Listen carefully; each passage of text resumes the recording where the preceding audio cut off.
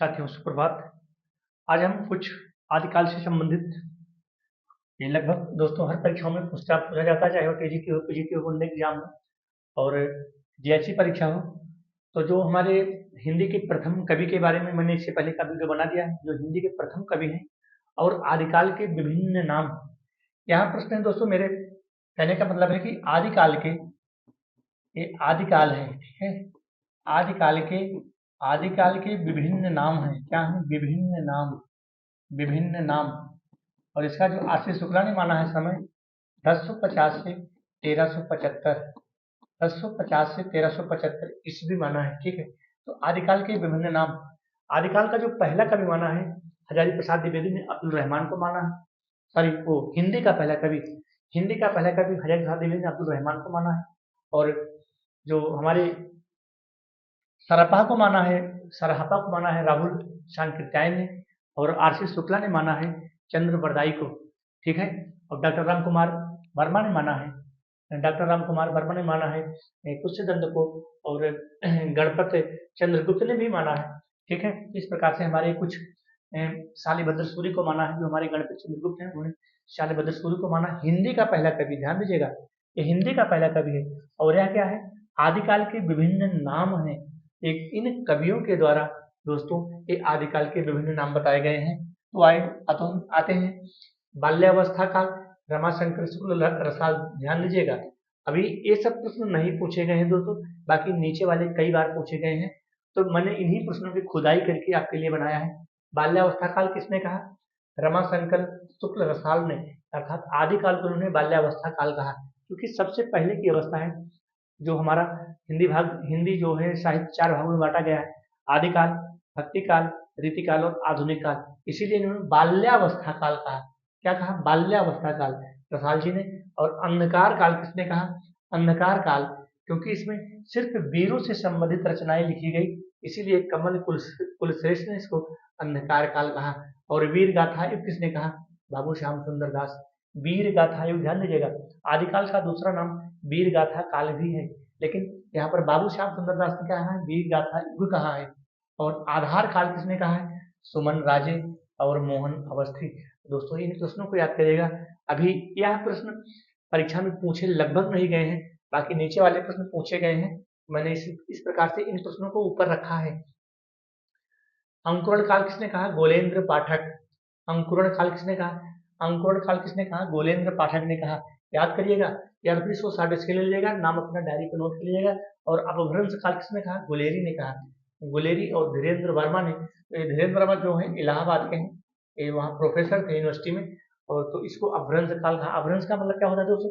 अवहट्ट। इसका दूसरा नाम क्या है? अवहट्ट है। क्या है? अवहट्ट है, ठीक है। अवहट्ट का मतलब होता है विकृत रूप या फिर बिगड़ा हुआ रूप। और अवहट्ट क्या है? ये प्रकृतिवाद की अवस्था है। ऐसे भी प्रश्न बना लेगा कि अवहट्ट किसके बाद आती है? ये प्राकृत के बाद की अवस्था है। पहली अवस्था जो हमारी संस्कृति है, पाली है, इसके बाद हमारा प्राकृत आता है। और प्राकृत के बाद की अवस्था की हमारी अवहट्ट या फिर अपभ्रंश है। उसके बाद हमारी पूरी हिंदी, पूरी पुरानी हिंदी आती है, फिर हिंदी आती है। प्रारंभिक काल किसने कहा? गणपत चंद्रगुप्त ने। गणपत चंद्रगुप्त ने क्या कहा?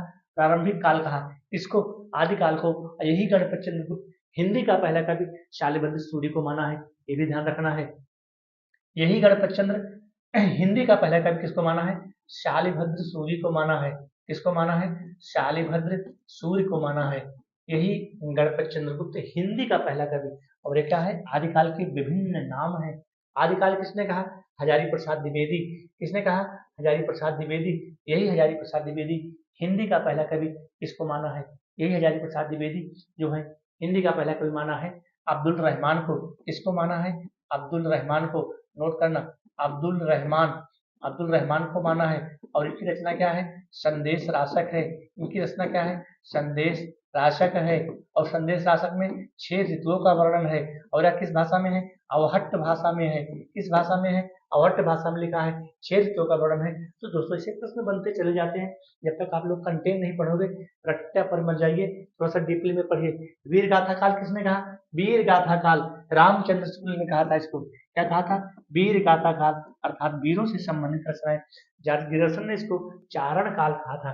जॉर्ज ग्रियर्सन ने इसको क्या कहा था, चारण काल। तो दोस्तों इस प्रकार से आज मैंने आदिकाल के जितने नाम बन सकते, लगभग 15 से 16 नाम है, सभी नामों को मैंने यहाँ पर ले लिया है कि आपको कहीं से कोई डाउट ना हो। ठीक है, आदिकाल किसने कहा, आदिकाल किसने कहा, हजारी प्रसाद द्विवेदी ने हिंदी साहित्य का आदिकाल लिखा है। 1940 में हिंदी साहित्य की भूमिका लिखा है, हिंदी साहित्य का इतिहास लिखा है। इनके 3 ग्रंथ हैं हजारी प्रसाद द्विवेदी के, हिंदी साहित्य का आदिकाल, हिंदी साहित्य की भूमिका और हिंदी साहित्य का इतिहास। वीरगाथा काल किसने कहा, वीरगाथा काल किसने कहा, आर.सी. शुक्ला ने। चारण काल किसने कहा, जॉर्ज ग्रियर्सन ने। जॉर्ज ग्रियर्सन है, ये क्या है, ये जॉर्ज ग्रियर्सन है। ठीक है, ये जॉर्ज ग्रियर्सन है। और वीर काल किसने कहा, विश्वनाथ प्रसाद। ठीक है, सिद्ध सामंत काल किसने कहा, ये राहुल बाबा जो घुमक्कड़ बाबा है हमारे, सिद्ध सामंत काल कहा। राहुल सांस्कृत्यायन, और राहुल सांस्कृत्यायन जो हमारे हैं, राहुल सांस्कृत्यायन हिंदी का पहला कवि किसको मानते हैं, सरहपा को मानते हैं। दोस्तों किसको मानते हैं, राहुल सांस्कृत्यायन। राहुल सांस्कृत्यायन हिंदी का पहला कवि किसको मानते हैं, सरहपा को मानते हैं, सरहपा। सरहपा के और नाम क्या है दोस्तों, सरोज, सरोज वज्र इनका नाम है। क्या नाम है, सरोज वज्र नाम है। और क्या नाम है, राहुल वज्र इनका नाम है, राहुल वज्र। अब इन्हीं प्रश्नों की खुदाई हो कि पूछेगा, आयोग इन्हीं प्रश्नों की खुदाई कर रहा है। इनका नाम राहुल वज्र है। और भी इनके नाम है, सरहपाद, सरहपाद। ये कौन कवि है, ये जैन कवि है, ये जैन कवि है। कौन कवि है, जैन कवि है। जन्म कब हुआ था, 1148 में हुआ। कहाँ हुआ था, उड़ीसा में हुआ था। और इनकी रचनाएं क्या है दोस्तों, दोहा कोश, दोहा कोश, ये सब ऐसे पढ़िए, दोहा कोश। और क्या है इनकी रचनाएं, चर्या गीत है। ठीक है, चर्या गीत, चर्या गीत है। और ये सरहपा की 84 सिद्धों में गणना होती है, 84 सिद्धों में गणना होती है। ये किस नंबर पर आते हैं, 6वें नंबर पर आते हैं, 6वें नंबर पर आते हैं। जो 84 सिद्धों की गणना है, सरहपा जो है 6ठे नंबर पर आते हैं। तो राहुल सांकृत्यायन ने सरहपा को हिंदी का पहला कवि माना है।